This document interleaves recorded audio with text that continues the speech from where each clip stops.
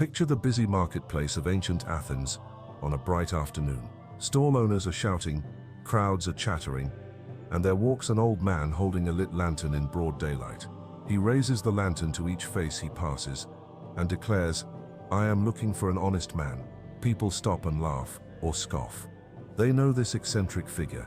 This is Diogenes the Cynic. By wandering with a lantern at noon, Diogenes isn't actually expecting to find a perfectly honest person.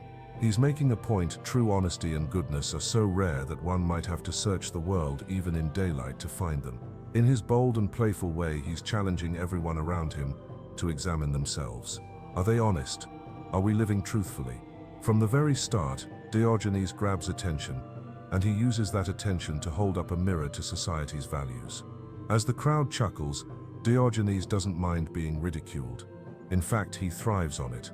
With his ragged cloak and bare feet, lamp in hand, he has a sly smile. To him, the opinions and pretenses of others are exactly what needs questioning. This uncompromising demand for honesty, in others but especially in himself, is at the heart of Diogenes' life. And if it takes walking around like a madman with a lamp to jolt people awake, so be it. Diogenes wants to wake us up from our comfortable illusions and make us ask what is real and true in how we live. So who was this strange, fearless man? Diogenes had been born in Sinope, a city far from Athens, but you wouldn't find him boasting of hometown or family. When asked where he came from, he simply answered, "I am a citizen of the world." He meant it. To him, labels like city of origin or status were meaningless compared to living honestly. After facing exile and losing his inheritance early in life, Diogenes made poverty his virtue. He chose to own almost nothing, and he was happier for it. In Athens, he made his home in an abandoned large wine barrel, or a big clay tub in the agora, the city center.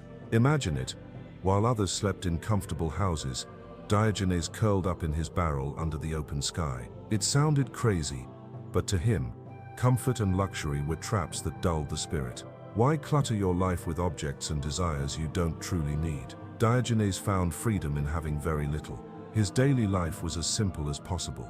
He begged for food or found leftovers.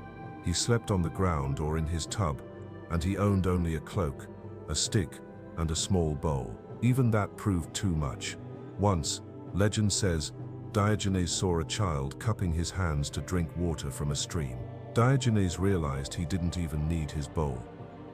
He promptly threw it away, laughing to himself and saying, "A child has beaten me in plain living." To onlookers, this seemed like madness or extreme asceticism, but Diogenes felt liberated. By shedding possessions, he freed himself from attachment and want. He often compared humans to animals, and he admired how a dog can be perfectly happy with nothing but the ground to sleep on and some scraps to eat. In fact, people nicknamed him the dog. Rather than take offense, Diogenes embraced it. "Yes," he said, "I am like a dog. I nuzzle those who are kind, bark at those who are corrupt, and I have no shame in doing what is natural." A dog lives simply without pretense, and so would he. Diogenes and his barrel became a living example that a person needs very little to be content, and that most of what we chase in life might actually be burdens we'd do better to abandon. The man who needed nothing. Diogenes' reputation spread far beyond Athens. Stories of the philosopher who lived in a barrel and mocked the rich and powerful reached the ears of Alexander the Great, the young Macedonian king conquering the world. Intrigued, Alexander decided to meet this famous philosopher who seemed to care nothing for what Alexander himself valued. So one morning, Alexander finds Diogenes sunbathing outside his barrel.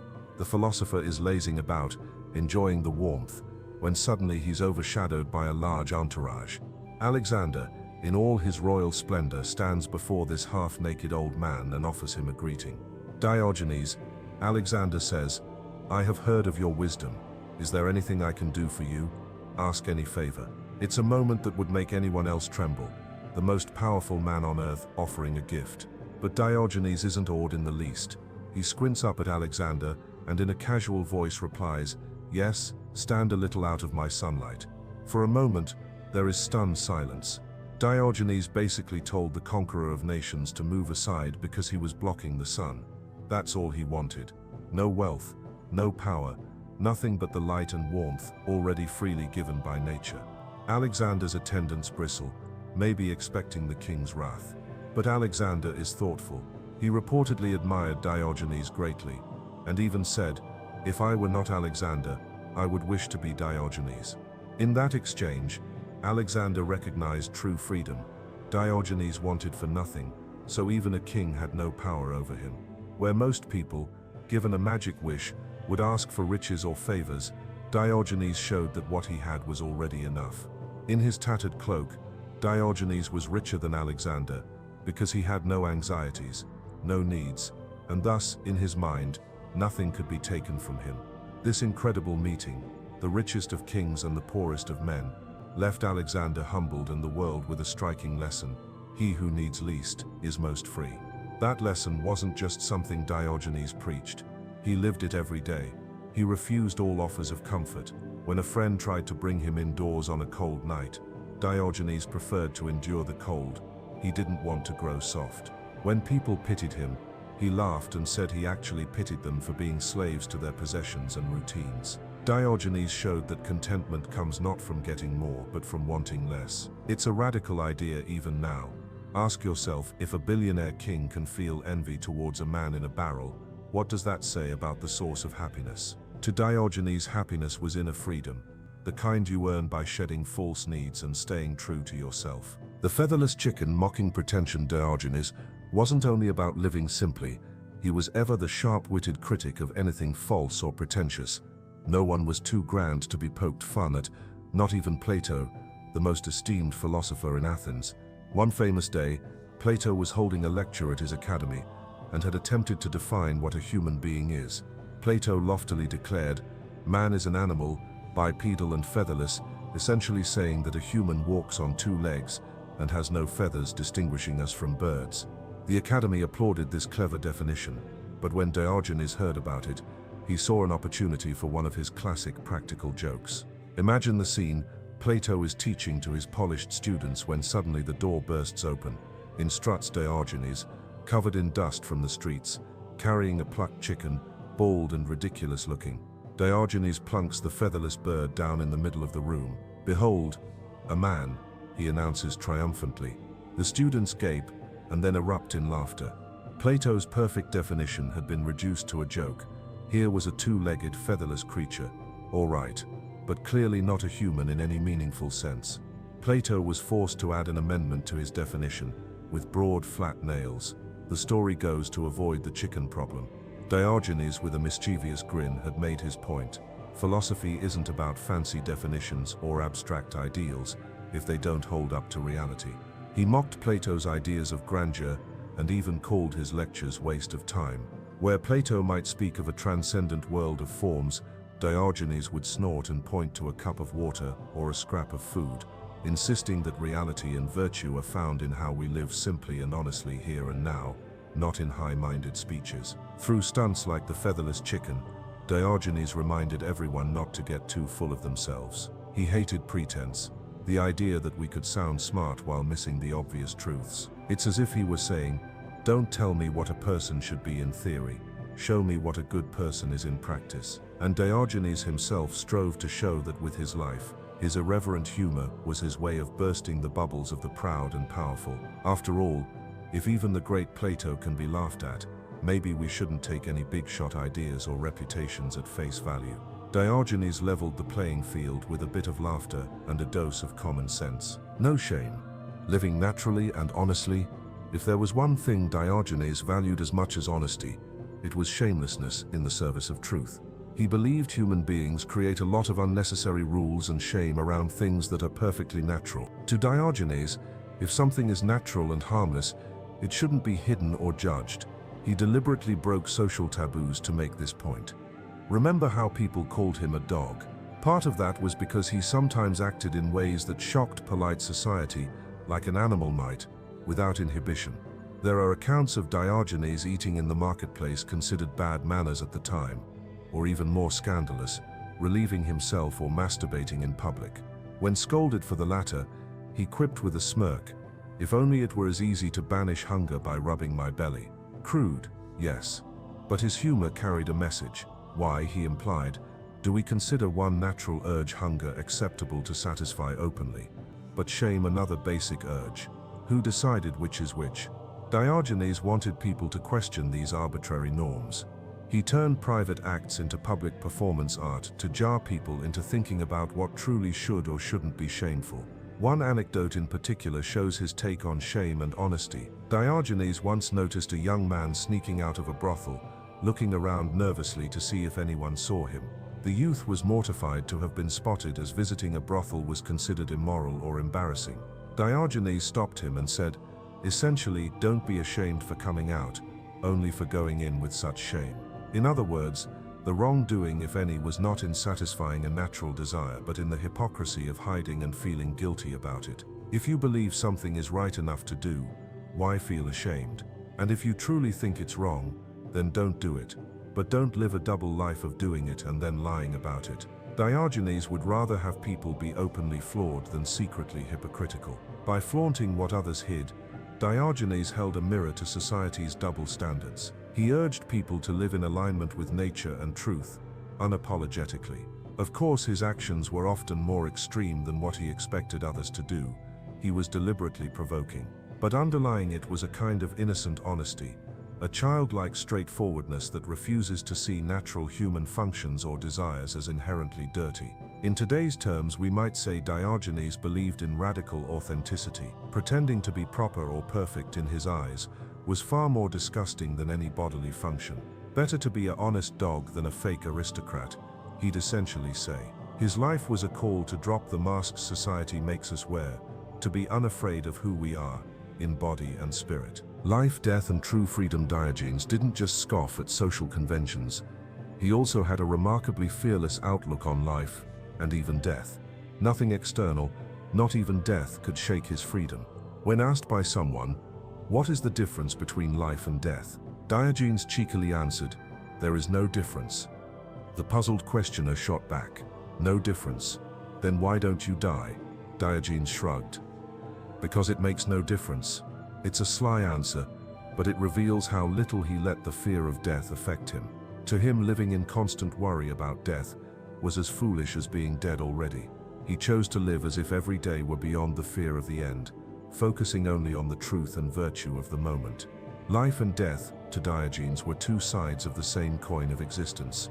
Neither should distract us from doing what's right and natural now.